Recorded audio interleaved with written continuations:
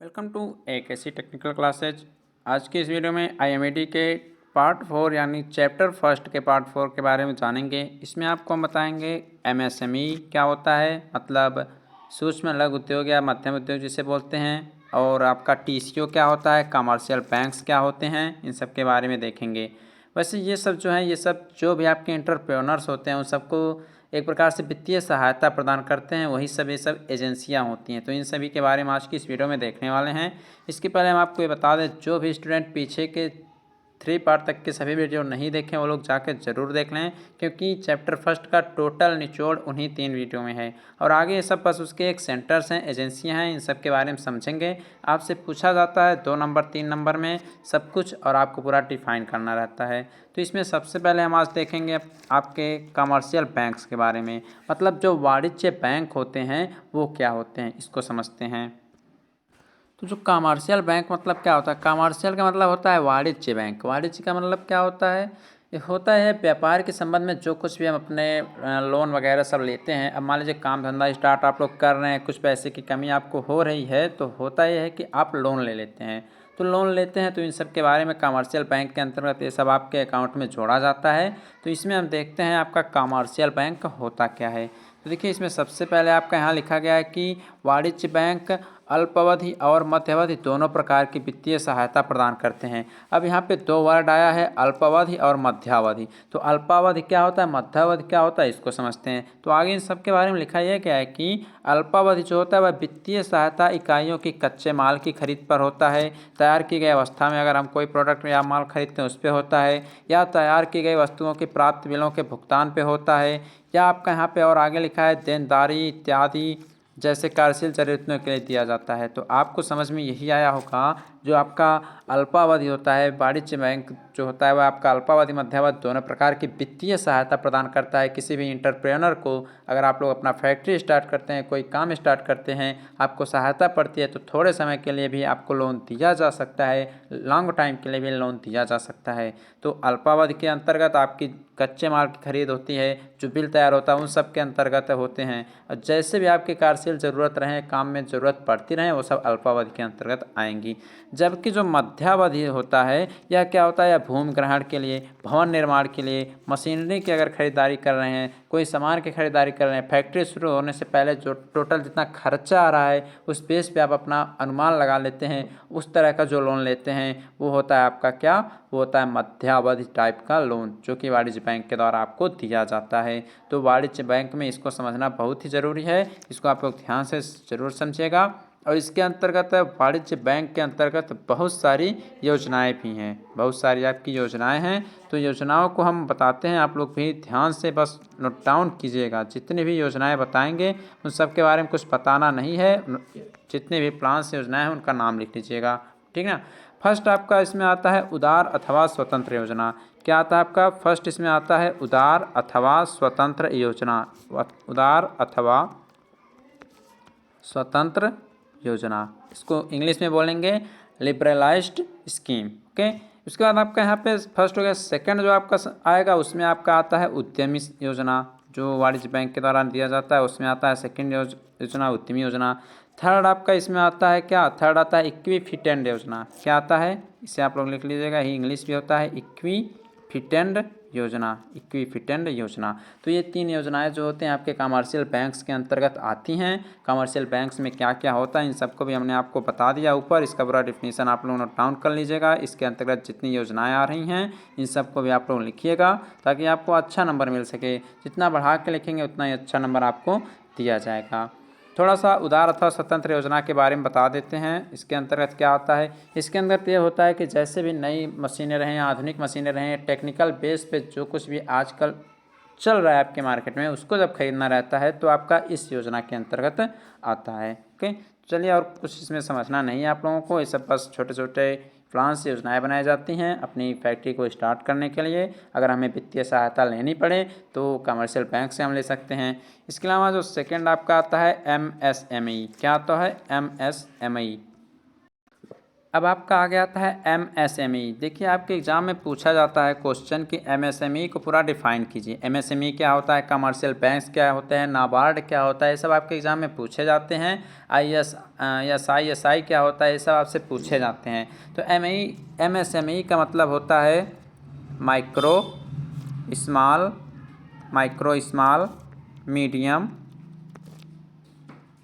Small and medium enterprises होता है इसका फुल फॉर्म, मतलब सूक्ष्म लघु तथा मध्यम उद्योग।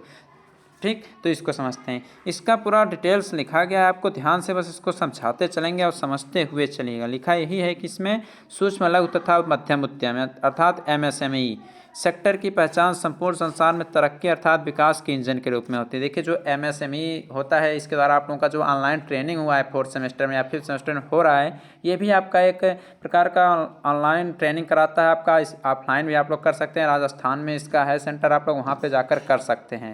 ओके, तो आप लोग ऑनलाइन और ऑफलाइन दोनों कर सकते हैं। इसका भी आपको सर्टिफिकेट दिया जाता है जो कि आपके कॉलेज में मान्य होता है। तो यहाँ से भी आप लोग जाके अपना ट्रेनिंग कर सकते हैं। यहाँ पे आपको सीएनसी वगैरह इन सब के बारे में जानकारियाँ दी जाती हैं, कटिंग प्रोसेस ये सब वहाँ पे होता है। तो जो एमएसएमई है उद्योग के क्षेत्र में बहुत अधिक विकसित हो गया है, संसार में इसका बहुत अधिक विकास हो रहा है। इसके अंतर्गत क्या होता है, सूक्ष्म लघु तथा मध्यम क्षेत्र के उद्योगों को विभिन्न प्रकार की सेवाएं प्रदान करता है।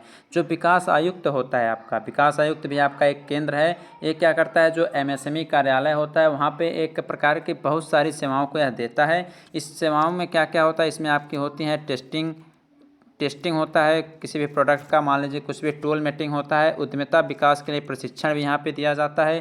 प्रोजेक्ट और प्रोजेक्ट फाइल का निर्माण भी यहीं पे होता है। टेक्निकल नॉलेज दिया जाता है और जो कुछ भी सलाह दिया जाता है वो भी आप लोग यहाँ पे ले सकते हैं। पर्यावरण और ऊर्जा ऑडिट में मदद भी यहीं पे होता है और ये सब इसमें शामिल होते हैं एमएसएमई के अंतर्गत। यह सरकार को आर्थिक जानकारियों से संबंधित सलाह एवं सेवा भी प्रदान करता है। जो एमएसएमई उद्योग है आपका, लघु सूक्ष्म मध्यम उद्योग जो है किसी भी इंटरप्रेन्योर के लिए, ये सरकार को आर्थिक सेवाएं भी देता रहता है। और आपका यहाँ पे ये भी लिखा गया है कि भारतीय अर्थव्यवस्था के बढ़ते वैश्वीकरण अर्थात ग्लोबलाइजेशन, मतलब बढ़ती हुई जनसंख्या के चलते एमएसएमई के सामने बहुत अधिक चुनौतियां भी आ गई हैं। अब मान लीजिए चुनौतियां तो आपके एनवायरनमेंट में भी आई हुई हैं, बढ़ती जनसंख्या को लेकर बेरोजगारी बढ़ ही रही है, तो हर उद्योग धंधे में भी इस प्रकार की समस्याएँ आने लगी हैं। इन चुनौतियों को पहचान कर उनका विश्लेषण करके मार्केटिंग तथा मूलभूत सुविधाएं भी देता है। कौन, एमएसएमई देता है। एक कैटलिस्ट की तरह कार्य करता है, एक उत्प्रेरक की तरह कार्य करता है। कौन, एमएसएमई। किसमें मार्केटिंग के क्षेत्र में और बहुत सारी सुविधाएं हैं उन सब में एमएसएमई जो है आपका एक प्रकार के कैटलिस्ट का कार्य करता है। ये हो गया आपका एमएसएमई। अब एमएसएमई बहुत सुविधाएं देता है। अन्य सुविधाएं क्या है तो वो उन सभी सुविधाओं को देखेंगे। तो एमएसएमई द्वारा दी जाने वाली सुविधाएं कौन कौन सी हैं उनको समझते हैं। देखिए फर्स्ट यहाँ पे लिखा गया है कि सूक्ष्म लघु तथा मध्यम उद्योग, मतलब एमएसएमई जो होता है वह उद्योगों की उन्नति एवं विकास के लिए सरकार को नीतियाँ बनाने में सलाह देता है। इस बेस पे मान लीजिए अब सरकार ही कोई अपना प्रोडक्ट देना चाह रही है, जैसे कि प्रेजेंट टाइम में आपके लैपटॉप वितरण या टैबलेट वितरण का योजना चल रहा है, तो बहुत सारी फैक्ट्रियों में उसने संपर्क किया होगा, सरकार आपकी संपर्क की होगी, कहाँ पे कैसा उसका कैसा बजट होगा। तो ये जो होता है देश के उन्नत विकास के लिए सरकार की जो भी नीतियाँ होती हैं उसकी सलाह बनाने के लिए एमएसएमई के लोगों से संपर्क करना पड़ता है। सेकंड की बात करें तो लिखा गया है तकनीकी आर्थिक तथा प्रबंधकीय सलाह भी देता है एमएसएमई। थर्ड है आपका इसमें कि तकनीक के उच्चीकरण, आधुनिकीकरण, गुणवत्ता सुधार, मूलभूत सुविधाओं को हासिल करने के लिए सुविधा भी एमएसएमई के द्वारा दिया जाता है। तो फोर्थ आपका इसमें है आर्थिक जानकारियों से संबंधित सेवाएं भी उपलब्ध होता है एमएसएमई के द्वारा। Okay, micro small and medium enterprises, सूक्ष्म लघु और मध्यम उद्योग। ओके, तो ये हो गया एमएसएमई और इसके द्वारा दी जाने वाली सुविधाएं। इन सभी को नोट डाउन आप लोग कर लीजिए। अब इसके बाद आपको यहाँ पे बताएंगे हम आगे टीसीओ के बारे में। टीसीओ क्या होता है इसको समझाते हैं। टीसीओ का मतलब होता है टेक्निकल कंसल्टेंसी ऑर्गेनाइजेशंस, मतलब जो तकनीकी सलाहकार होते हैं उनका भी जो टेक्निकल, मान लीजिए आपके पास टेक्निकल नॉलेज हो गया तो आप बहुत सारे पदों पे अपना नियुक्तिकरण करा सकते हैं, चयन आप लोग हो सकते हैं, सलाहकार के रूप में भी हो सकते हैं। मान लीजिए किसी बड़ी फैक्ट्री में जाएंगे तो वहाँ पर सलाहकार के रूप में भी आपका संगठन नियुक्ति पत्र हो सकता है, आपको नियुक्ति पत्र वहाँ से भी मिल सकता है। तो इसी प्रकार से जब बहुत सारे लोग हो जाएंगे तो या तो उससे बहुत से अधिक लोग हो जाएंगे तो एक संगठन बन जाएगा, जिसे बोल देंगे TCO, टेक्निकल ऑर्गेनाइजेशन या टेक्निकल कंसल्टेंसी ऑर्गेनाइजेशन। इसमें क्या होता है इसको समझते हैं। इसमें देखिए लिखा क्या है कि राज्य सरकार ने उद्यमियों के विभिन्न आवश्यकताओं को पूरा करने के लिए अनेक संस्थानों को स्थापित किया है। हमने आपको क्या बताया, एंटरप्रेन्योर के रूप में आप वर्क कर रहे हैं तो ऐसा तो है नहीं कि आप अपनी फैक्ट्री को लेकर ही पूरे देश को विकास कर लेंगे, नहीं, बहुत सारी कंपनियां स्थापित की गई हैं। तकनीकी सलाहकार संगठन अर्थात TCO जो होता है वह एक प्रकार का ऐसा ही संगठन है, राज्य सरकार द्वारा स्थापित यह ऐसा ही संगठन है जिसमें आपका टेक्निकल नॉलेज के बेस पे सब कुछ काम किया जाता है। देश के औद्योगिकीकरण को बढ़ावा देने के लिए एक सेवा संगठन के रूप में इसका गठन किया गया है। किस रूप में? देश का अगर औद्योगिकीकरण के रूप में, औद्योगिकीकरण इंडस्ट्रियल क्षेत्र में अगर आगे बढ़ना है टेक्निकल बेस पे, तो उसके रूप में ही इसका संगठन किया गया है अर्थात TCO का।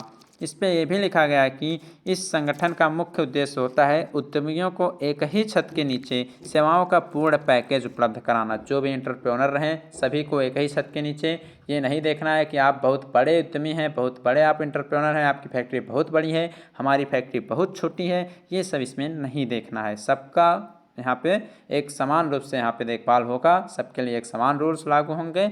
यह पैकेज प्रोजेक्ट की पहचान से लेकर उसके सफलतापूर्वक शुरुआत करने और कार्य करने तक का हो सकता है। जो भी पैकेज इसके अंतर्गत दिया जाता है वो ये नहीं होता है कि आपको खराब या बहुत ख़राब दिया जाएगा, ऐसा नहीं होता है। जो भी दिया जाएगा उसकी अच्छे प्रकार से जांच की जाएगी, उसकी इंस्पेक्शन किया जाएगा, निरीक्षण किया जाएगा, उसके बाद ही आपको दिया जाएगा। शुरू करने के पहले वह वर्क करेगा या नहीं करेगा, ये सब प्रॉफिट होगा या लॉस होगा, इन सबको देख के ही आपको प्रोजेक्ट दिए जाते हैं। धीरे धीरे इसमें ये भी लिखा गया है कि औद्योगिक रूप से पिछड़े राज्यों में लक्षणों के अंतर को समझते हुए क्षेत्रीय आधार पर वहाँ की क्षेत्रीय समस्याओं को हल करने के लिए ही टेक्निक सलाहकार संगठन स्थापित किए गए हैं। देखिए क्षेत्रीय में जो क्षेत्रीय आपके समाज हैं वहाँ पे क्या होता है, लोगों को टेक्निकल नॉलेज नहीं हो पाता है, तो वहाँ पे भी इसको स्थापित किया गया है। साथ ही इसमें ये भी लिखा गया है TCO जहाँ नए उद्यमियों एवं पहले से स्थापित जो एंटरप्रेन्योर हैं उनकी सेवाओं का एक बड़ा रेंज होता है, उन्हें एक बड़ा रेंज प्रदान तो करता ही करता, साथ में क्या करता है, जो भी आपके गवर्नमेंट विभाग हैं, जो वित्तीय संस्थान हैं, उसकी तरफ से हमेशा सर्वेक्षण और अध्ययन का कार्य भी वह करता रहता है। तो आप लोग इसको भी नोट डाउन कर लीजिएगा, इसको भी आप लोग पूरा नोट डाउन कर लीजिएगा, यहाँ से भी आपको बहुत कुछ सीखने को ज़रूर मिलेगा। मान लीजिए प्रेजेंट टाइम में आप लोग इसको नहीं समझ सकते हैं क्योंकि आपके समझ से सब सब्जेक्ट जो है परे हैं, बस आपको सेमेस्टर पास करना है इसलिए आप लोग पढ़ते हैं इसको। लेकिन इन सब का यूज़ अगर आप लोग मान लीजिए कोई बिजनेस अपना ओपन करना चाहते हैं तो वहाँ पे आपको इन सब के बारे में अच्छे से समझ में आएगा। जब आपके आगे प्रैक्टिकली नॉलेज रहेगा तो समझ में आएगा। यहाँ तो बस आपको अभी सेमेस्टर पार करना है इस सब्जेक्ट से। ओके, ये हो गया आपका। तो ये हो गया TCO। अब TCO मतलब टेक्निकल कंसल्टेंसी ऑर्गेनाइजेशन जो होता है वह जो एंटरप्रेन्योर होते हैं उनको किस किस प्रकार की सेवाएं देता है इसको समझते हैं। तो यह जो होता है आप बहुत सारी सेवाएं देता है एंटरप्रेन्योर्स को, जिसमें फर्स्ट आपका है लाभदायी औद्योगिक प्रोजेक्ट के अवसर को पहचानने में उनकी मदद करता है TCO। मार्केट का सर्वेक्षण करता है TCO। प्रोजेक्ट प्रोफाइल के बेस पे जो प्रोजेक्ट प्रोफाइलें बनती हैं उन सब में भी इसकी बहुत सारी हेल्प होती है। उसके बाद आपका ये भी है कि जो भी व्यापार रहे उसको नए तरीके से करना चाहिए टेक्निकल बेस पे, उसका विस्तार किस प्रकार से और नया प्रोजेक्ट कैसे करना है, इन सब के बारे में गाइडेंस चाहिए तो भी TCO से आप लोग ले सकते हैं। ये होता है पूर्व स्थापित उद्यम कार्यों के अध्ययन करना, जो पहले से एंटरप्रेन्योर हो चुके हैं, अपनी फैक्ट्री स्टार्ट कर चुके हैं, उनका कार्य किस बेस पे चल रहा है, इन सब के बारे में भी अध्ययन होता है इसके द्वारा। अगला है कार्यस्थल चयन के लिए किया जाने वाला सर्वे। अब फैक्ट्री स्थापित करना है, कार्य स्टार्ट करना है तो TCO के माध्यम से आप लोग सर्वे भी कर सकते हैं। यहीं पे आपका नेक्स्ट दिया है कि औद्योगिकीकरण पर सरकारी उपायों तथा योजनाओं के असर का अध्ययन करना। मतलब जो भी आपके औद्योगिकीकरण इंडस्ट्रियल क्षेत्र में आप वर्क कर रहे हैं उस पर जो योजनाएं आपकी चलाई जा रही हैं उस पर कैसा इफेक्ट पड़ रहा है, इन सब के बारे में भी अध्ययन TCO के द्वारा करते हैं। समग्र विकास योजनाएं तैयार करना, किस प्रकार से विकास हो देश का, समाज का, पिछड़े क्षेत्रों का, उन सब के बारे में भी प्लान्स या योजनाएं TCO के माध्यम से तैयार कर सकते हैं। नेक्स्ट आपका जो आता है वो होता है NSIC। क्या होता है NSIC? NSIC का फुल फॉर्म क्या होता है इसको समझते हैं। NSIC का मतलब होता है आपका national small scale industries corporation. आप लोग ध्यान से सुन लीजिए, national small scale industries corporation, राष्ट्रीय लघु उद्योग निगम। ये भी आपका एक फैक्ट्री से संबंधित होता है, इंडस्ट्री के संबंधित होता है। किस प्रकार से, जैसे आप लोग पीछे वित्तीय सहायता देखे हैं उसी प्रकार से ये भी होता है, एक संस्थान होता है। इसमें क्या होता है इसको देखते हैं। इसमें आपका लिखा गया है कि राष्ट्रीय लघु उद्योग निगम जो होता है, राष्ट्रीय लघु उद्योग निगम अर्थात एनएसआईसी जो होता है वह क्या होता है, राष्ट्र की लघु औद्योगिक एवं सहायक इकाइयों को किराया खरीद आधार पर मशीनरी सप्लाई करते हैं। जैसे कि क्या होता है, आपके पास जो सामान नहीं रहता है तो आपको पता रहता है वो सामान आपको मार्केट से मिल जाएगा, मार्केट से आपको मिल जाएगा, ठीक। तो आप उसको रेंट पे ले लेते हैं, किराए पे ले लेते हैं, 5 दिन 10 दिन जैसा होता है आप उसका रेंट ले जाके किराया जो होता है आप लोग उसको दे देते हैं। उसी प्रकार से इसमें भी होता है, कोई भी प्रोडक्ट आप लोग लेते हैं तो आप लोग उसको रेंट पे ले लेते हैं, यूज करके अपना आप दे देते हैं, यही सब इसमें होता है। तो इसमें लिखा गया है कि यह निगम स्वदेश अथवा आयातित दोनों प्रकार की मशीनरी सप्लाई करता है, अपने देश का रहे या बाहर से आए दोनों प्रकार की सप्लाई करता है। एनएसआईसी जो होता है इसमें लघु उद्योगों को उत्पादन बढ़ाने तथा गुणवत्ता में सुधार करने का मौका मिलता है।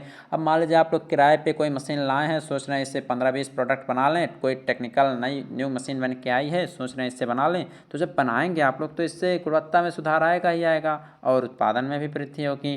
तो ये सब आपका इसके बेस पे आता है और इसके अंतर्गत बहुत सारी योजनाएं बनाई गई हैं। तो योजनाएं जो हैं उसको हम नीचे आपको बताते हैं, ध्यान से सुनिए। फर्स्ट इसमें यह है कि एनएसआईसी जो होता है विभिन्न उद्योग निदेशालय जैसे जिला उद्योग केंद्र, लघु उद्योग सेवा संस्थान के मध्य सहयोग बढ़ाते हैं।